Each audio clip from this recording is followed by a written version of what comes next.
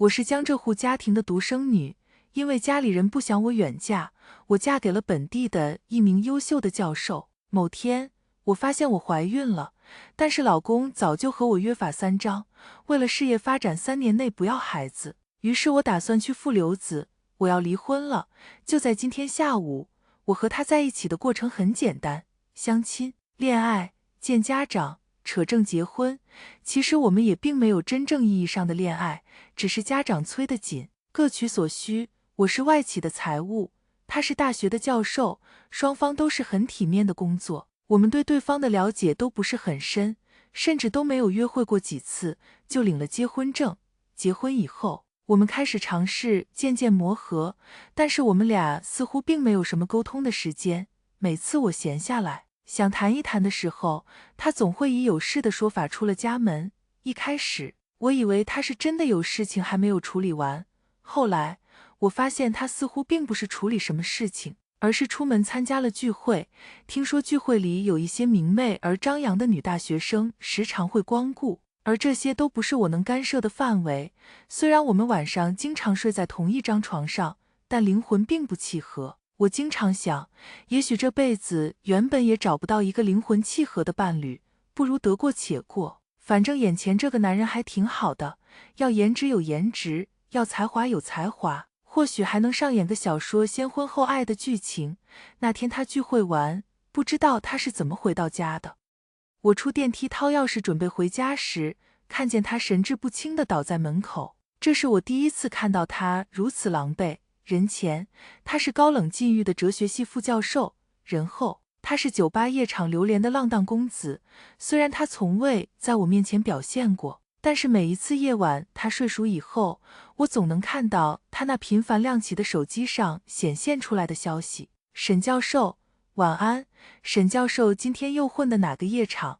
这是他第一次喝得酩酊大醉回到家。我打开门，把他从玄关拖到了沙发边，转身进了厨房。虽然我不会煮醒酒汤，但是我依旧给他泡了一杯蜂蜜水。看着他喝完，我不再对他表示关心，开始忙起了自己的事情，任由他在冰冷的地上躺着。突然身后有人抱住了我，他轻声呢喃：婉婉。即便我知道家里除了他并没有其他人，也被这突然的一下吓得愣住了神。他就在这时乘虚而入，以强大的攻势开始了他的战争。虽然我们并不是第一次融合在一起，但以往的他都温温柔柔的，唯独这一次，我体会到了不同的感觉。第二天，他没有早课，但是我早早地从床上起来，看着落地窗外那刚刚吐出的鱼肚白。或许他并不会记得这一夜，但是对我来说却无比清晰。我收拾完自己就提起包去了公司。他有严格的生物钟，并不需要我的关心。我和他有过一个约定，双方都刚刚进入事业的上升期，3年之内暂时不要孩子。我很快忘了那天晚上的事情，毕竟只是平静生活中一次稍微不一样的体验，并没有什么值得留恋的。但我开始渐渐感受到身体的变化，我开始变得嗜睡。以往我总是看小说刷视频，直到12点多才会上床休息，但慢慢的我开始在10点钟开始感觉到困意，我变得更加容易劳累。虽然企业财务的工作并不是每时每刻都需要计算，但我开始渐渐承受不住原本的工作量。星期日晚上是每星期我回父母家的日子，他有时候会陪我回家，但大多数时候不会。我每次都跟父母说，我和姐妹逛完街直接就过来了，没有喊上他。父母每次都会念叨2句，但也仅限于念叨2句，并没有什么其他的动作。父母对于从事教授工作的他还是十分满意的，因为从小在小康家庭成长起来的我嫁了个本地门当户对的丈夫。他母亲早亡，父亲常年在国外进行调查研究，对我们的生活并没有过多的干涉。我甚至连婆媳关系都不用处理，父母对于这段婚姻赞不绝口。这星期，我像往常一样，指纹识别打开了家里的门，妈妈在厨房里忙碌着，爸爸坐在餐桌边帮妈妈备菜。看到我回来，他们喜笑颜开，但随即也还是问了一声：小肖没跟你一起回来啊？我不知道怎么回答，只好说他有点事。爸爸马上皱起了眉。一个教授周日能有什么事，连陪老婆回趟娘家都不肯。我疲于反驳，没有再接话。这个小插曲就这么翻了篇。饭桌上，原本我最爱吃的糖醋鱼和蒜蓉扇贝粉丝依然得到了我的青睐，但是今天总觉得这两道菜味道不一样。一开始我以为是今天妈妈调料放少了，开口调侃道：“妈咪，就算你的心肝宝贝回来了，也不能少放糖吧？”妈妈一脸疑惑地看着我：“不会啊，这都是你最爱吃的比例，我都记在手机上的里，不会错的。”难道是我的味觉出现了问题？饭后，我和父母坐在沙发上一起看着电视，不知不觉我就睡了过去。晚上9点，我从沙发上悠悠转醒，看着父母依旧在看电视，以为并没有过去多久，自己只是打了个瞌睡。起身看见了盖在自己身上的毯子，拿起手机一看，时间已经9:25了。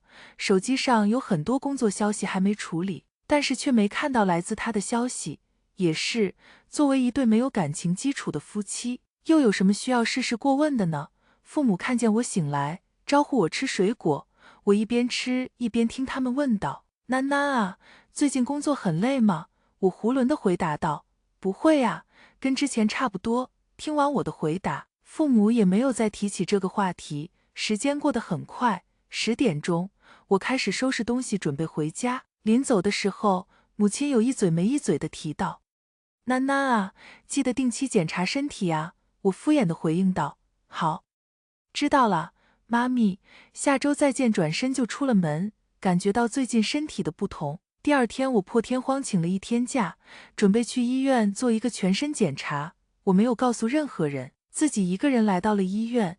医院里，我手上攥着各项检查的单子，正在等候检查结果。忽然看到了他一个人孤零零地站在大厅里，我刚起身想去问他怎么来医院了，就看见了一个女孩子蹦蹦跳跳地从卫生间跑出来，挽住了他的胳膊。我又坐了下去，没再有所动作，静静地等待着结果。等所有的结果都出来了，我看着手上的超声检查报告，愣住了。报告上显示，宫内早孕9周，推算着时间，好像就是那一次，在她毫无记忆的那一次，我怀上了我们的孩子。我挂了第2天产科的号，晚上回到家，她已经在家里了，只是看了我一眼，就问道：“刚下班？”我的脑子里还被白天刚刚检查出的孩子的事情占据着，没有回答他这句话。我径直回到了房间，没有注意到跟上来的他。他就这样被我关在了房门外，他也没有发脾气，而是在门外很温柔地问我：“老婆，今天有什么不开心的事情吗？”我突然想到了今天在医院看到的他和那个女孩的身影，我起身到门口打开门，看着他，他有着与30岁男人不一样的气质，还像20岁的少年一样，一双深情的桃花眼，就这么静静地看着我。我扫视了一下他，跟下午一样的穿搭，甚至还没来得及洗澡换一身。我问他今天身上怎么一股酒精味，他愣了一下，一只手握住我的手，嗅觉真好。我没拗过同事，被拉着一起去了个酒局，我默不作声地抽回了自己的手。好吧，去洗澡吧。然后绕过他进了书房。我现在并不想跟他共处一室，我想说服自己那不是他，哪怕他刚才跟我说一句他下午去干嘛了，可是回想起他的穿着，我又不得不承认那就是他。我并不想跟他共处一室。等他熟睡，我悄悄离开了主卧，蜷缩在客厅沙发的一角。我似乎拥有了儿时的安全感。第2天，他还没醒，我已经出发在前往医院的路上。诊室里，医生说这个小家伙挺有活力的，现在看来挺稳定的。你们夫妻俩商量一下要不要留下这个孩子，要的话12周记得来建档，到时候记得喊上你老公，如果不要的话，那就尽早预约人流吧。我张了张嘴，老公没时间的话卡在喉咙里说不出口。他怎么会没时间呢？他昨天还在陪小姑娘检查，在医院附近的商场吃了口午饭，我就回到了家里。他看到我回家的时候，明显错愕了一下。我没再纠结他的眼神，自顾自地进了房间，冲了个澡，躺下睡觉。睡着的时候，我做了一个梦，梦里我和他始于相爱，没有矛盾。有一个可爱的女儿，过着幸福美满的生活。醒来时已经日落西山，她做好了晚饭在餐桌前。我刚想去叫你呢，赶紧来吃饭吧。我坐在餐桌前，相顾无言，想起上午医生的医嘱和我们两人之间的约定，我开始试探他：沈潇，我们要一个孩子吧？他不假思索地答了我一句：林婉漾，我们有约定的，3年内不要孩子。我抿唇笑了笑，我只是看着同事家孩子可爱，随口一问，他没再回答。经过晚饭的插曲，一晚上我和他都没有交流。我在书桌前处理着这2天请假落下的工作，他拿着书和笔记本电脑，不知道在记录着什么，应该是备课吧，毕竟他可是副教授。今晚的工作效率出奇的慢，医生的话和他的冷漠占据了我的思绪，我索性放下工作，进房间给父母打了个电话。电话接通，囡囡啊，今天怎么想起给我们打电话了？我努力平复自己的情绪。妈咪，最近公司没什么事情，我想回家住几天。妈妈应该是察觉到了我情绪的变化，她问道：是不是和小沈吵架了？我回道：没有，就是单纯想妈咪了。难道结了婚，我就不是爸妈的心肝宝贝了，不能回家住了？妈妈笑出了声：你呀，真是贫嘴，想回家住就回家住，这里永远都是你的家，爸爸妈妈永远都爱你。我的眼泪顺着脸庞滑落在床单上，我抹了抹眼泪，说道：那我等下就回去啊。说完就挂了电话，开始收拾行李。他应该是听到了房间里的动静，走到门口问：你要去啊？我淡淡的回复：最近工作没那么忙，我回家里住几天。他只是应了一句：好。我看着他：沈潇，你没什么想说的吗？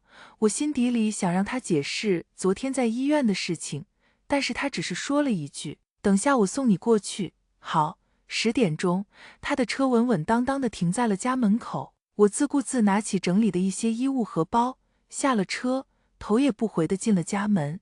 爸爸妈妈看到我到家，问了一句：小沈送你过来的？是。哎呀，小沈也不进来坐坐，他还有事。爸爸有点气愤，每次都有事，老婆还没他的事重要。我扯起嘴角笑了笑，没事，都是为了赚钱养家。妈咪看着不再明媚的我，担忧地问：真的没跟小沈吵架？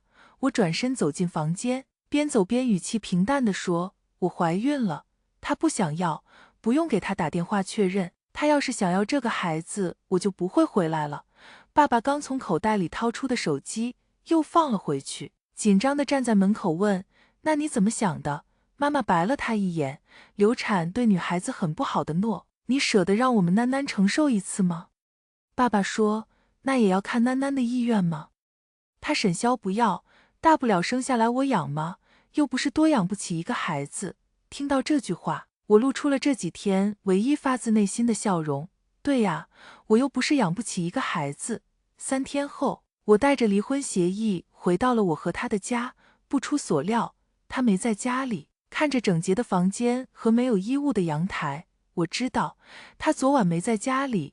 我给他打了个电话，他接了。怎么了，老婆？我冷冷地说道。你什么时候回来？我在回家路上。好。10分钟后，我听到了家门打开的声音。我并没有转头看着他，他放下车钥匙，看着我和桌上那份离婚协议书。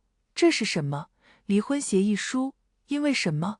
没有感情基础，有更喜欢的了。好，他并没有看协议内容，就签了离婚协议书。我安静地看着他，或许这是我最后几次见他了。他有着我最喜欢的眼睛，散发出来的气质也深深吸引着我。我又回想起那晚他的温柔，我想，或许我跟他坦白，会不会有不一样的结果？但是想到他冷漠地提起那个约定，我拿起了离婚协议书，起身就走。到了门口，星期一下午3点，民政局见。好，我没有问他为什么答应的那么爽快，有无数的理由说服我他会答应的，或许是医院里那个女孩，又或许是其他的人。我永远不会是他的第一选择。我自嘲地笑了笑，明知自己不会是他的第一选择，还是因为他的一切慢慢沉沦在这一场爱情里。好吧，也许离婚也是一种解脱。再也不会有精神内耗的时刻缠着我了。我和他只是经历一场很荒谬的梦，梦里的我们没有好结局，希望下一世能不再相见。我收到了他的消息，你真的考虑好了吗？我没再回复，他像一个谎言家，在哄骗我和他一起撒下一个弥天大谎，然后一起用余生慢慢弥补我们犯下的错。从星期六到星期一，对我来说，我经历了漫长的3天，我无数次后悔自己离婚的选择，我好像掉进了一个无尽头的海里，不断的下沉，慢慢溺死在里面。我也无数次的告诉自己，已经做出的决定就不要再后悔了。出尔反尔的人一点也不值得被爱，但我值得被爱。我做了一个梦，或许是来自平行世界的我们，梦里的我们同样不得善终。我相信，也许我和他的结果就是命运的安排，我们都会遇到更好的那个人。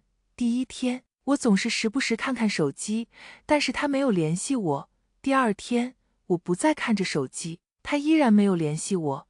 第3天，我对他已经不抱期待，他却给我发了一条消息：家里有没有什么要带走的东西，我帮你拿过去。眼泪在眼眶里打转，他对我真的没有半点爱，甚至急不可待的想要离婚。下午2点，我开始收拾自己，我画了一个他从来没见过的妆容，一个不一样的我，希望他记住这个肆意张扬的我，而不是温柔有气质的我。我希望他知道，曾经的我不是跟他在一起的时候那样的。马上要到3点了，最后一次见面，我并不想迟到，但是路况拥堵，接下去的这一段路，原本3分钟的路程，至少要开15分钟。我没有让师傅停下车，而是嘱咐他等下过了这个拥挤路段时，在保证安全的情况下，稍微开快一点。我赶时间，他有一搭没一搭地问着我：小姑娘去民政局结婚，怎么没看见你男朋友跟你一起呀？不好意思啊，叔叔，我去离婚。我一边看着手机上的时间，一边回答着司机师傅。好不容易过了拥挤路段，司机说道：小姑娘啊，现在结婚离婚都不容易啊，你真的不再想想吗？我不再回答，我清晰地感知到司机师傅把速度放慢了很多，似乎是想再劝劝我。好不容易磨蹭到了离民政局几十米不到的高架桥上，司机又说：小姑娘，转过这个弯，下了这个高架桥就到了民政局了，你真的考虑清楚了吗？我抬头看向司机的方向，透过司机的窗户，我看见了在路口等待的沈潇。我不知道他有没有看到我，应该是没有吧，毕竟他一直低着头敲打着键盘。我跟司机师傅沟通道：师傅，你就这里放我下来吧，下面这几十米我自己走，我快来不及了。师傅似乎还想劝我，我看了一下打表的钱，扫了一下二维码，刚想给他把车钱付过去，一辆高速行驶的面包车好像方向盘失去了控制，正疯狂地向我们这边冲来，距离越来越近。我和司机谁都没有注意到，就在我钱付完的那一刻，我们车被一阵强烈的冲击力撞得侧翻下高架桥。车侧翻的那一个瞬间，我看见手机上有一天沈潇发来的消息，我想去抓住飘在空中的手机，想让沈潇赶紧打120，救救我和腹中还未成型的孩子。但车下落的速度很快，一声巨大的声音过后，我闭上了眼。等我再次睁开眼的时候，车头已经开始自燃了，周边围满了人。我努力想睁大眼睛，我想把车门打开，但是我站不起来，打不开头顶上的门。我想动一动，换个可以保护住孩子的姿势，但是撕裂的疼痛让我动弹不得。我听到了警笛的声音，我认为我的希望来了。上眼皮和下眼皮正在不断的打架，我再也控制不住自己，沉重的闭上了双眼。沈潇日记，2019年6月12日，星期三。今天在校园论坛上看到了一个女孩子，好多人向她表白。我看了一眼照片，确实挺可爱的。2019年7月21日，星期日。今天在遛狗的路上看到了校园论坛里那个女孩，她好像在陪家人散步。灯光下的她好像被神明眷顾了一般。2019年8月2日，星期五。今天看到了她来上课，旁边坐了几个女孩子，之前从来没有见过她，可能是来蹭课的吧。不过一节课她都没认真听讲，甚至没有抬头瞧过我一眼。2019年12月25日，星期三，我在学校的超市里看到了他，他身边有一个长得很高的男生，但是我没看清楚长相，他们俩好像是情侣，不知道那个女孩子看上他什么了。2020年5月10日，星期日，疫情封校了，我已经4个月没有上过课了，也没有见过他，不知道他最近怎么样。2020年7月24日，星期五，今天是毕业典礼。作为辅导员，我看到了人群里即将毕业的他，今天的他很美很幸福。2020年11月10日，星期二，再次听说他的事，居然是在之前同学的朋友圈里。他和父母一起坐在餐桌前，明媚而张扬，跟学校里的他很不同。听说他还会弹钢琴，可惜朋友没录他弹钢琴的视频。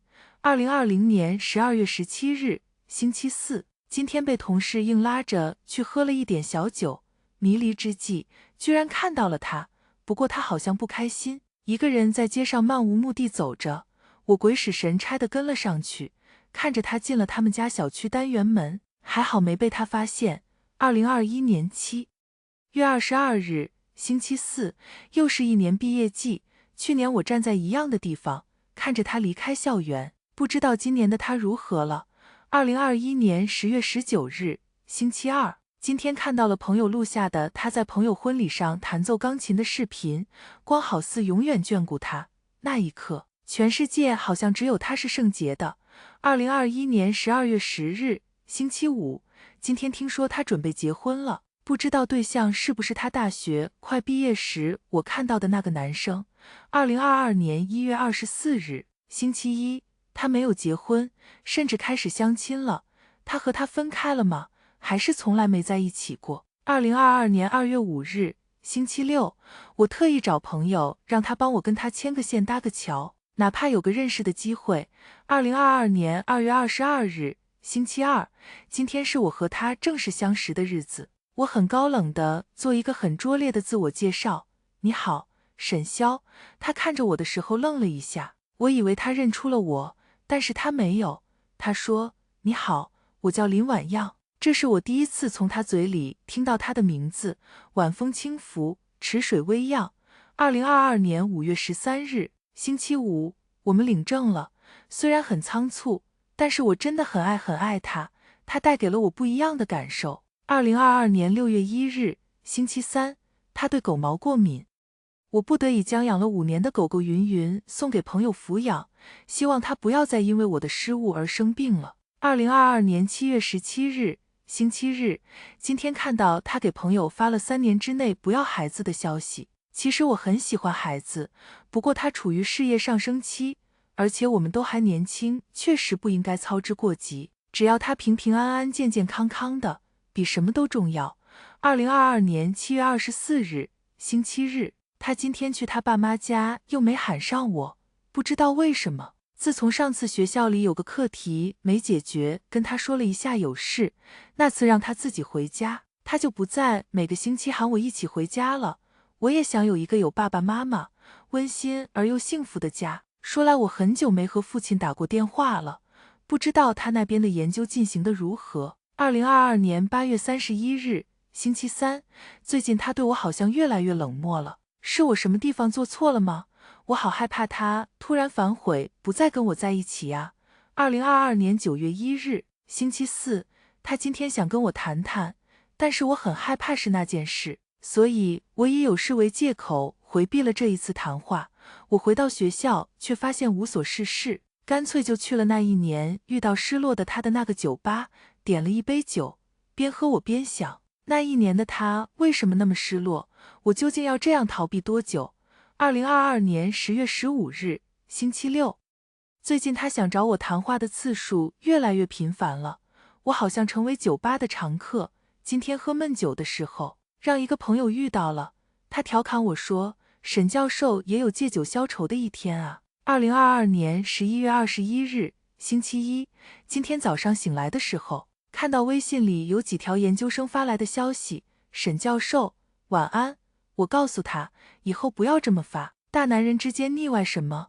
不知道他有没有看到，看到了会不会误会什么2022年11月30日，星期三。昨天我喝醉了，不知道是怎么回到的家里，应该没有在他面前出什么洋相吧。关于昨晚的记忆，我一点都想不起来。2023年1月10日，星期二。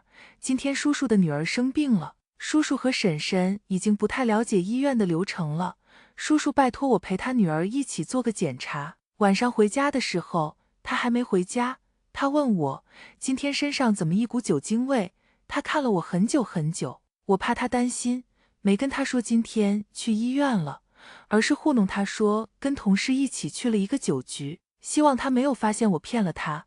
2023年1月11日，星期三。今天他跟我说，沈潇，我们要一个孩子吧，我怕他是为了考核我有没有记住那个约定。我说，林婉漾，我们有约定的。他的眼睛里失去了光，我好想反悔说好啊。他说公司没什么事，要回父母家，我没什么帮得上忙的，只能给他送到丈母娘家里。我的车停在那，我想等他喊我一起进去，可是他没有，他头也不回地进了家门，一眼都没有施舍给我。2023年1月14日，星期六。我真的很想他，他已经3天没给我发消息了。昨天晚上我把车停在他们家楼下，只为了看他一眼，可是他并没有下楼。我在楼下等了一夜，今天回到家，他拿着离婚协议书，他说他有更喜欢的人了。我还能说些什么呢？他有了更喜欢的人，我总不能把他束缚在我身边。我说了，好，后来我反悔了，我想把他永远禁锢在我身边。我问他，你真的考虑好了吗？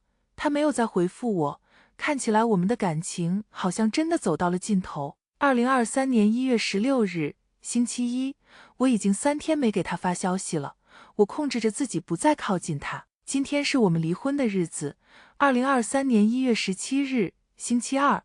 他和我们的孩子永远离开了我。我亲眼见证了他乘坐的车翻下高架桥的瞬间，但我没想到车里的人是他。我接到警察电话的时候，手不住的颤抖。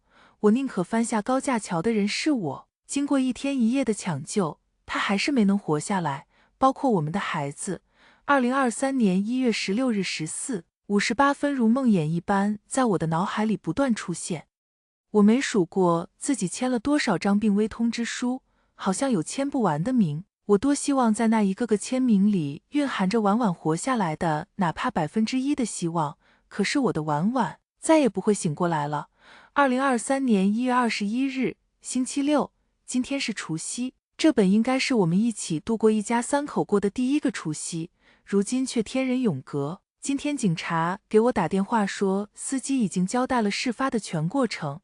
事发当时，他正在跟他女儿打电话，他女儿正在抱怨老师突然变了一个人，他忙着安慰女儿，没有注意到车子不知不觉变了方向。他女儿也是个大学生，就读于我所任教的哲学系。事发当时，他女儿正在吐槽我早上因为太过烦躁而给他们小组作业评级地要求重做并检讨。命运的齿轮缓缓转动，一切的起源原来竟是因为我的一个举动。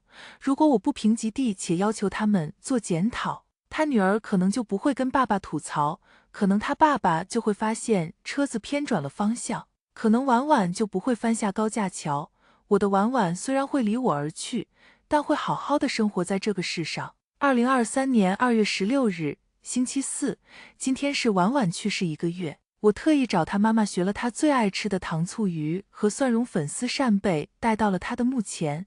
婉婉，我来看你了，你也会想我的对吧？婉婉，我看到了你的孕检报告，你那时候为什么不跟我说？是我的态度问题，我那时候就应该说好的。婉婉，我知道错了，我现在知道爱要大声说出来了。婉婉，原谅我好吗？下辈子我们再相见。第一个故事就分享到这里了，不要走开，接下来的故事更精彩。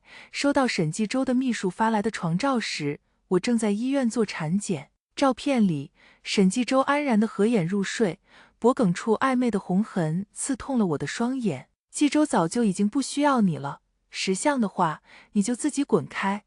20几年的相伴，我陪着沈纪周从一无所有到如今的权势地位，曾经的他极其缺乏安全感，他很害怕有一天就连我也会抛弃他，所以只要我不在身边，他就会彻夜失眠。可如今，他却在别的女人的枕边睡得正香。我轻轻抚摸着腹中的小生命，我知道，不管是和他，还是和沈纪州，都到了应该说再见的时候了。我的怀象不太好，医生看完检查结果之后，絮絮叨叨地说了一大堆。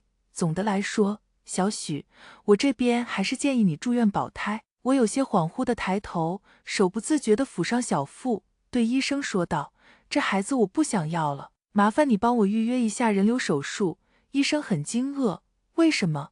你不是一直很想要一个孩子吗？”我和沈纪州结婚5年，我始终期待着能有一个宝宝，但不管是我还是沈纪州，两个人做遍了各种检查，都显示双方的身体没有任何问题，一直没能怀孕。只能说是我和沈纪州运气不太好，从我前年正式备孕开始，就一直挂这位梁医生的号。他知道我曾经多么盼望这条小生命的到来，所以在听到我打算打掉这个孩子时，他感到十分震惊。我只是笑了笑，没多说话。在半个小时前，我甚至还很期待这个孩子的到来，自欺欺人的以为可以靠着他来将渐行渐远的我和沈纪州拉近。可惜，肖明宇的一条微信却彻底地打醒了装睡的我。曾经被我拼命忽视的、努力视而不见的一切，都在我的脑海里卷土重来。沈纪州的消息越回越简短，沈纪州办公室里的灯越燃越晚，沈纪州换下来的西装外套上的香水味越来越重，沈纪州和肖明宇之间的气氛越来越暧昧，一直到亲眼看见沈纪州赤裸着上身躺在别的女人的床上，我才不得不相信，曾经那个因为没能给我一场体面婚礼而自责落泪的沈纪州，曾经那个离了我就彻夜难眠的沈纪州，曾经那个发誓说会爱我一辈子的沈纪州，是真的出轨了。他此时就安睡在别的女人的枕边，曾经独属于我的他的臂弯也有了别的女人的气味。梁医生见我的神色不好，担忧的伸手在我面前晃了晃，问道：“打掉孩子不是件小事，你真的不回家和你的丈夫商量一下吗？”我的心脏像是被无形的大手攥住一样，阵阵发疼。迎着梁医生关切的目光，我的声音平静中带着一丝不易察觉的颤抖：“不需要，孩子的爸爸出轨了，约好的手术时间在下周。”满打满算，我和这个曾经日夜期盼的小生命的缘分也只剩下几天。我走出医院，看着外面繁华的大千世界，忽然感到一阵茫然。我要去哪里？我又能去哪里呢？和沈纪州越换越大的房子不是家，从去年搬进去至今，沈纪州每个月回家的次数寥寥可数。偌大的房子只剩下我一个人，说不出的哀怨冰冷。和沈纪州相依为命的孤儿院也不是家，我和沈纪州前半生的所有苦难皆来自于此。23年的一场特大交通事故，让我和沈纪州都没了父母，被送到了老家那座城市的孤儿院。在孤儿院时常吃不饱穿不暖，还有大孩子欺负人。和我们差不多大的小孩子里，沈纪州的状况是最差的。我的父母是在外出务工时出的车祸，不大的小面包车里塞满的13人，当场死亡。沈纪州却是那场交通事故的幸存者，在亲眼看见自己的父母去世之后，他就出了些心理问题。他不说话，挨打的时候也不反抗，直到他随身带着的玉佩被其他坏孩子抢走，几个月没出声的嗓子才艰难地张了口：“玉佩，还我！”这是沈纪州的父母留给他唯一的一样东西，莹润的玉色上面带了几丝血迹。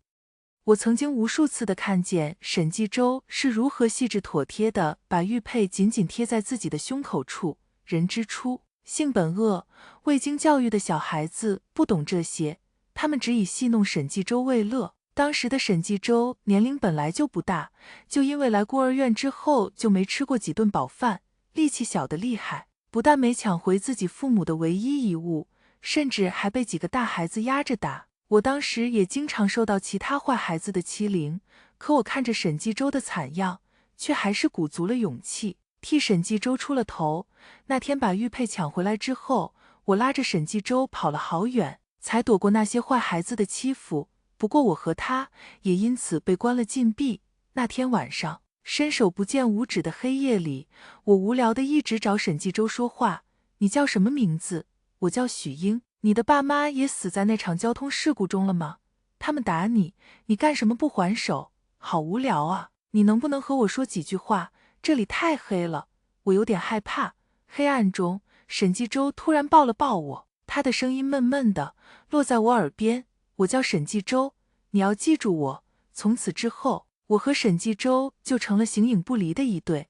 他受欺负时，我会直接张开双臂挡在他面前，我会一脸严肃，用稚嫩的声音说，想欺负沈继周，得先过了我这关。我总是饿，吃不饱。年幼的沈继周会偷偷翻进厨房，给我偷剩下的冷馒头，馒头已经完全硬了。我使了好大的劲才把它掰开，我一半，沈继周一半。沈继周说他不饿，可他的肚子却咕咕叫。童年的巨变让我和沈继周都十分的早熟。我们知道读书是我们摆脱庸碌生活的唯一出路，所以谁也不敢懈怠。17岁那年，我代表着学校去参加物理竞赛，需要去外省待上1周。那是我和沈继周第一次分开。临走前，沈继周一言不发地往我手里塞了个东西。我张开手心一看，发现是沈继周这么多年始终爱如珍宝的那块玉佩。在外省的那几天，我感到格外难熬。好不容易等比完赛，我回到有沈继周的那座城市，却发现他的状况很不好。孤儿院院长忧心忡忡地对我说，自从我走之后，沈继周就开始整夜的失眠，只有到了生理承受不住的极限时，才会闭上眼睛睡一觉，然后又大汗淋漓地在噩梦中醒来。在我15岁时就萌芽的心意，终于在此刻长成大树。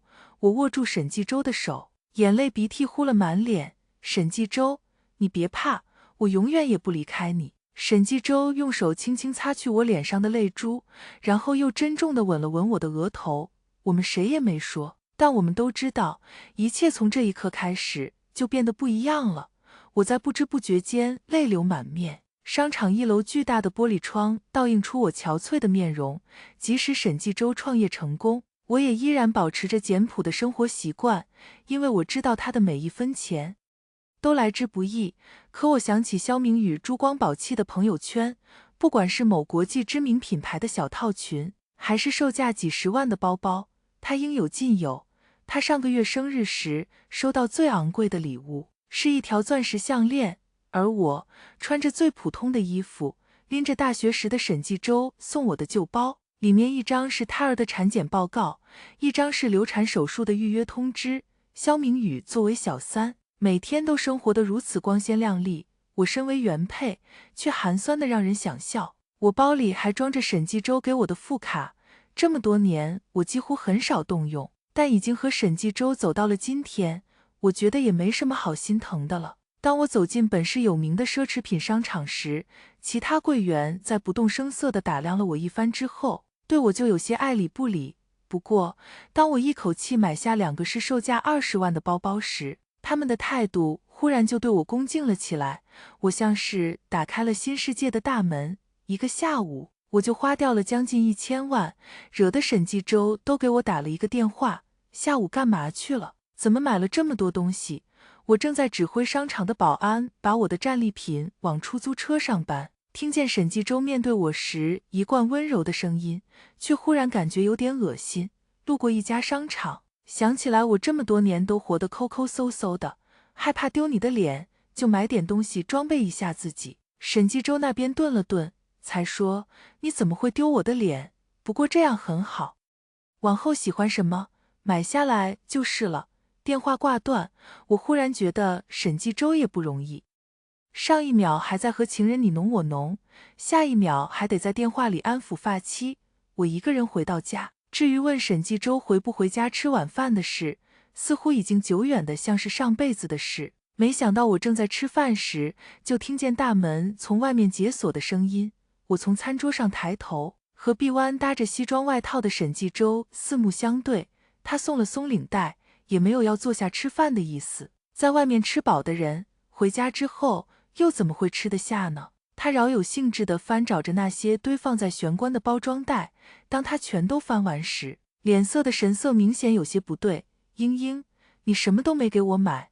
我耸耸肩，唇角扯出一个笑容。现在你全部的服装都由肖明宇替你搭配，就算我给你买过来，也用不上。记得那是肖明宇成为沈纪周秘书的第3个月，也是我第一次见他。我心疼沈纪周身体不舒服，常常在家炖些补汤，到公司送给沈纪周。谁知那天我刚去办公室，就看见沈纪周坐在靠椅上，而肖明宇轻身趴到他身上，手里还抓着沈纪周的领带。我当时看了，心里虽然觉得不舒服，但却也没往其他方面想，只是问了一句：你们干什么呢？肖明宇的神色不见慌乱，看向我的目光里反而带着让人不适的挑衅。我在看沈总领带上的花纹，也太老土廉价了点，不太符合沈总的身份，我就想替沈总换一条新的。我侧头看向沈纪周，只见他的领带已经被肖明宇给解得差不多了。肖明宇见状，嘴角更是扬起一抹挑衅的微笑，紧接着他趁我没反应过来，直接一把扯下沈纪周的领带，给扔进垃圾桶里。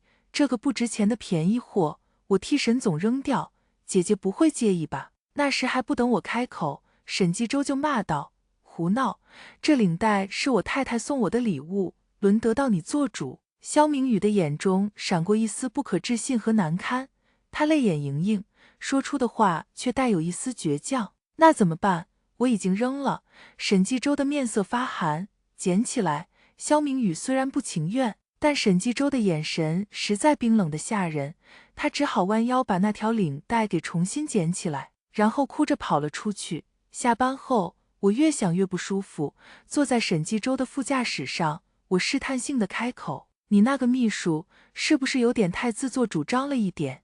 等红灯的间隙，沈纪周侧头看我，只是这一点不好，其他的很合我的心意。我张了张嘴，最终没有说话。我收回思绪，只见沈纪周的神色丝毫未变，只是轻身从侧后方抱住我，他的声音低哑缱绻。又吃肖明宇的醋？我淡淡道：没有啊，已经到了这个时候，又有什么醋好吃的？沈纪周似乎没想到我的反应会如此平淡，毕竟平常就算我在努力压抑自己，提起肖明宇时总会带着酸，他依然从后面抱住我，我却被他身上越发浓重的香水味熏得恶心。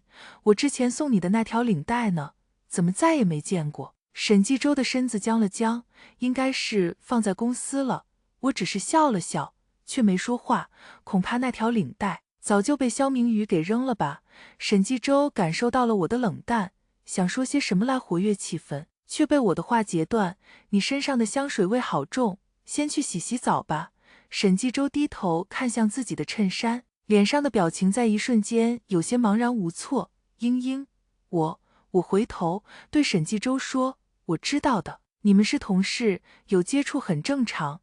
平常沈纪周回家时，我总是围着他转，所以当他今天回家，察觉到我的冷淡时，反倒有些无所适从。客厅暖黄色的灯光下，我盖着一条薄毯在看书。沈纪周开始没话找话，怎么没看见叶酸？是吃完了吗？我翻书的手一顿，说道：很早就不吃了。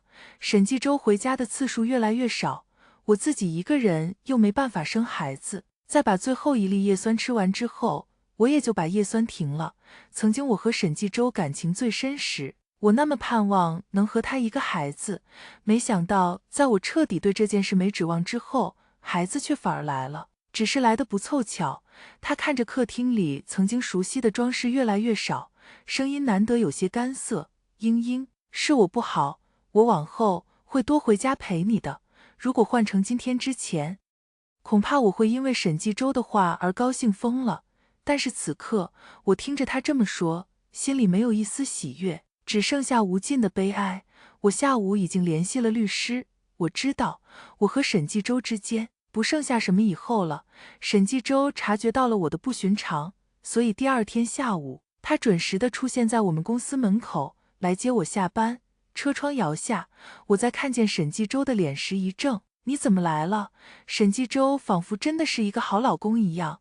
我来接你下班。我的手在搭上副驾驶的车把手时一顿，最后还是去了后排。沈纪洲的眉心一跳，问我怎么去后面坐了。我的语气平静，副驾驶的位置被你秘书调得挺舒服的，我不常坐你的车，就不上去调座椅了。沈纪洲透过车内后视镜观察我的神色，他似乎很想找到我吃醋的证据，然后再把那些说过千百遍的说辞再说给我听。可我的神色却不见丝毫异样，反而让他不知道该不该开口。我出神地看向位置调得明显靠后的副驾驶，不想知道在这车上沈纪洲和他发生过的龌龊事，思绪却失神地飘向了3个月前。那天下了雨，我给沈纪洲打电话，想让他接我下班。他的公司离我不过半小时的车程，我却硬生生地等了2个小时。那天风雨交加，我的伞几乎打不住。就在我打开副驾驶的门时，却看见肖明宇正坐在上面。他看见我，懒洋洋地对我说：“姐姐，我的脚崴了，不方便下车，麻烦你坐副驾驶吧。”我看向沈纪洲，却见他毫无反应，就好像一切就应该如此发展一样。回家之后，我和沈纪洲爆发了最严重的一次争吵。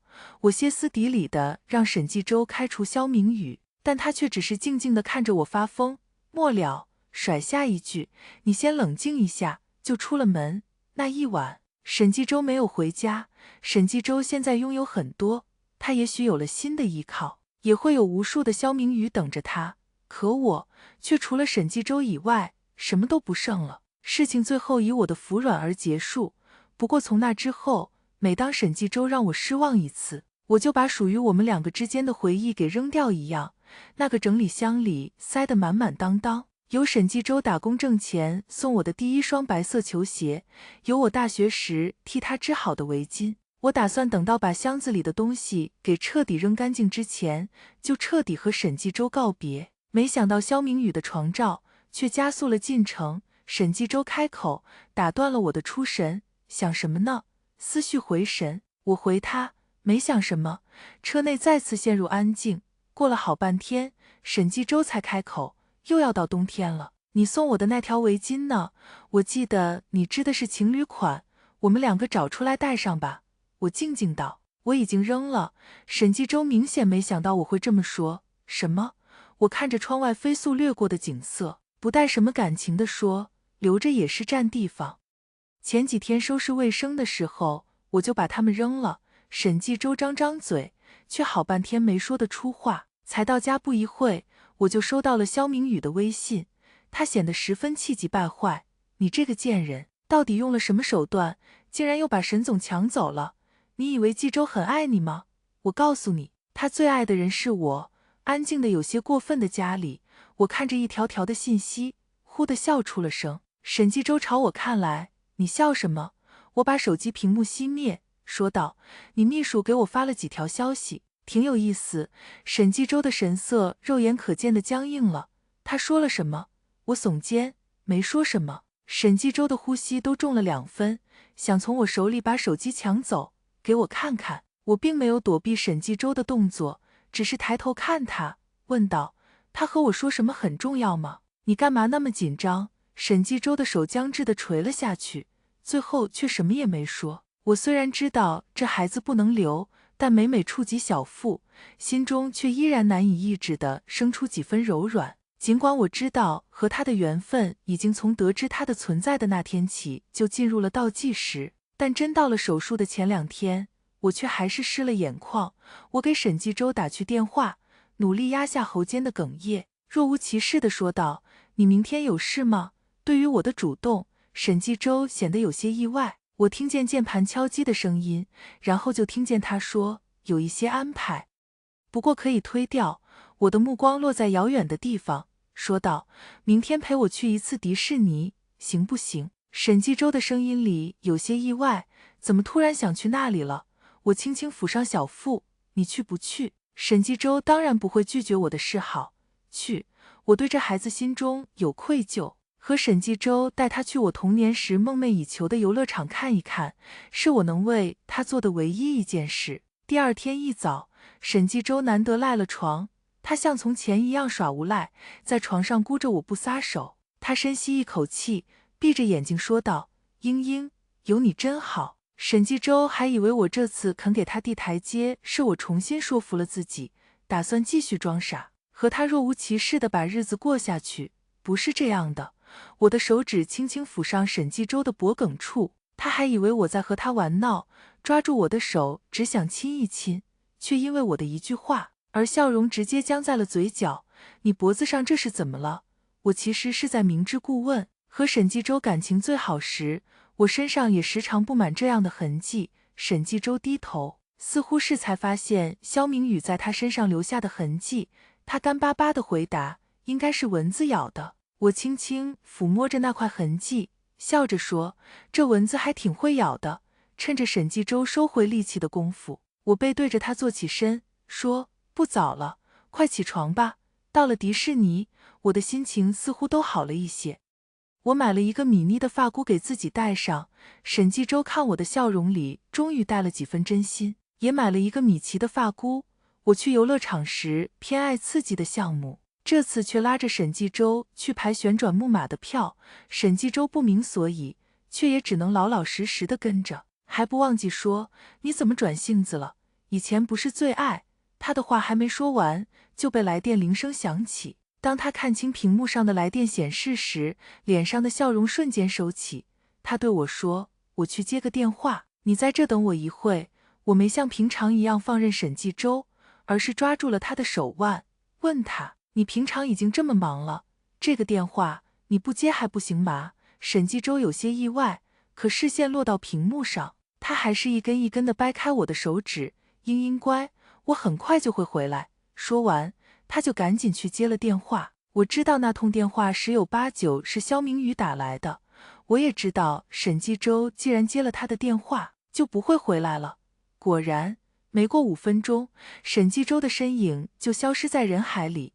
他给我打来电话：“英英，公司有点急事，我必须要先回去一趟，下次我再陪你来迪士尼，好不好？”温暖的阳光照在我的身上，我却只觉得浑身发冷。这里一片嘈杂，我不知道沈继周有没有听见我的话。没有下次了。过了不到半小时，肖明宇就给我发微信耀武扬威：“就算你用尽了手段去勾引继周又怎么样？我一个电话，他还不是会直接抛下你。”我从没回复过肖明宇的消息，只有这一次，我回复道：“谢谢你。”为沈继周的出轨提供了直接而有力的证据。那边显示着正在输入中，不过比他的消息是先来的，是他撤回消息的提醒。肖明宇把我想得真傻，我怎么会不事先留档就提醒他呢？他骂我：“你不要脸！”我没回复他的消息，而是熄灭屏幕，专心的带着我的孩子去迪士尼玩。就算爸爸不愿意陪他，他还有妈妈。这一天，我把迪士尼所有不危险的项目都玩了个遍。我不喜欢吃糖，却买了好几个冰激凌。我在餐厅里点了儿童套餐，又把我觉得所有小孩子可能会喜欢的东西都买了一遍。不能把他带来世上，我心中有愧，但我知道，如果把他生下来，他要面临承受的或许会更多。沈继周说着公司有事，却直到深夜都没回来。我没给他发过一条信息，只是安静地把这个家里我所有的东西都收拾好。去住院时，梁医生问我：“你的陪护呢？”我笑笑说道：“我会花钱找护工。”梁医生皱眉：“可是签字需要家属，你的爸妈呢？”我回答：“梁医生，我是孤儿。”梁医生看向我的目光里划过一丝心疼，最终他伸手摸了摸我的头发：“我只有一个儿子，目前在国外读书，这次做完手术，欢迎你常来我家玩。”我的眼泪在此刻夺眶而出，我用力的点头：“好。”进手术室之前，梁医生最后一次问我到底有没有想好。我早就做好了决定，只是拿起手机给沈继周发了一条消息，是流产手术的手术通知单。沈继周曾经害我为他痛苦那么久，那么接下来就让我利用他对我仅存的一点真心，反击回去吧。沈继周在看清图片上的内容时，呼吸差点都停了。许英，流产手术，他脑海里一瞬间闪过许多念头。我怀孕了，为什么不告诉他？他几乎是瞬间就给我打去了语音通话，却始终无人接听。沈继洲推开想要和他温存的肖明宇，几乎是疯了一样的开车前往医院。一路上，他握着方向盘的手都在发抖。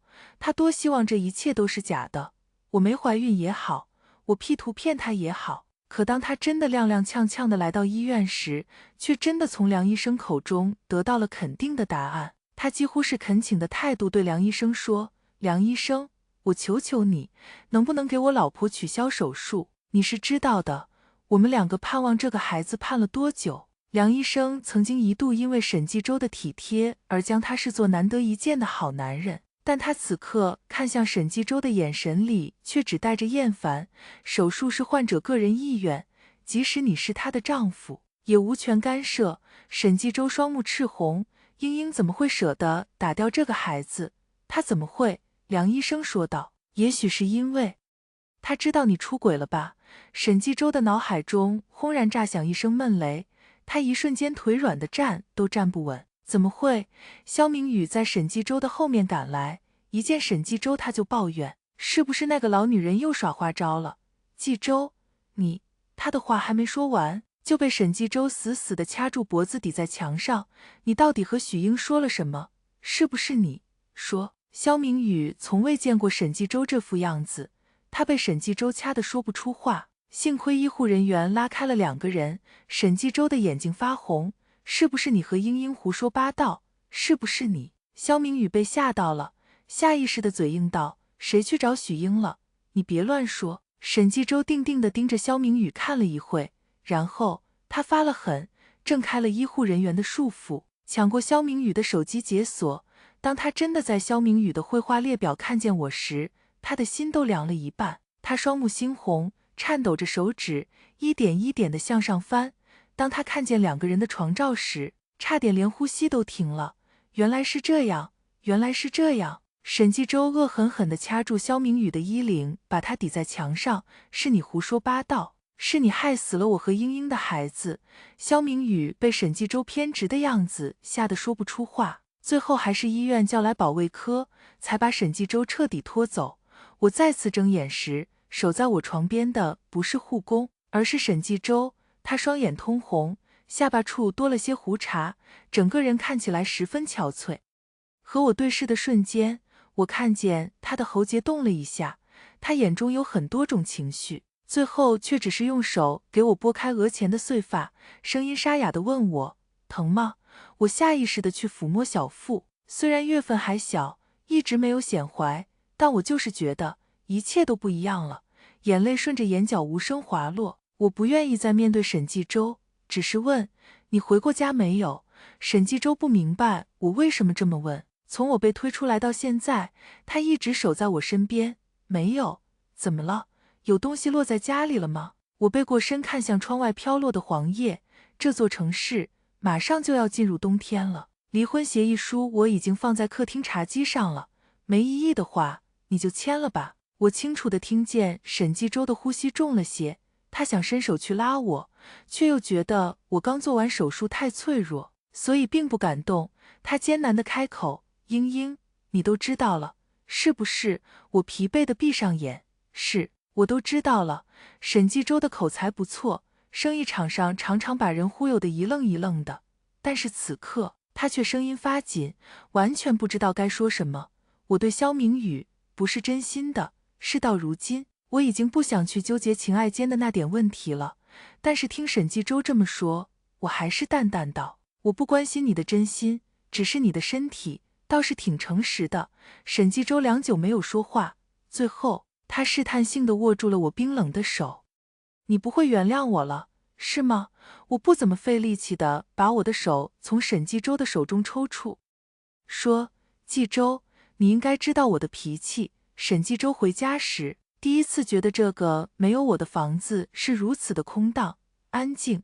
他换上拖鞋，在房间里转了转。沈继洲找不到我的东西了，曾经摆在洗漱台的护肤品、展示台上我做的手工和空空荡荡的衣柜，他越走越觉得心慌。